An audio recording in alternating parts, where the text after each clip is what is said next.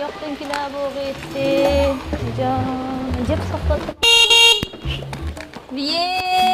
Vay nima ko'rsiz eski bog'maringizning labasini? Men go laba uribdim, mendan boshqa odam bo'lgan keyningizda bir 30 kishingizning 30 to'kib 2 taning gazir chaqalan qo'yib qo'ychiman deb qo'y. Mavaymetchining gapini men yulangman adash. Yo'lni o'ttirib olsang, yutib ketgan qo'ylarda qayoqqa mangame, ha vaqtida qarab berdi. Mavaymetchining holni bo'lmaydi deganda qilib. Jepmi kep bo'lam deyman bala odamni saqlatib, aram bir egitib qo'yay deganda. Yaxshimisiz? Arpatmasiz? Yaman saqlatib o'tdim-ku siz napaqqa. Hozir ishdan tushdim-da.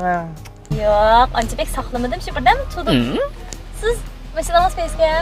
Nima qilasiz odatda? Men shu vaymaychilik qilma, mulozimda. Hozir xeridanning tamaqini olib yurib, yaman tez ishdan tushdim. Vaymaychi? Ha, vaymaychi qanday? Ya, ishdan bo'lmadi.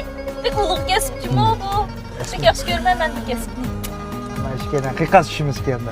Ajab bo'ldim. Ajab bo'ldim.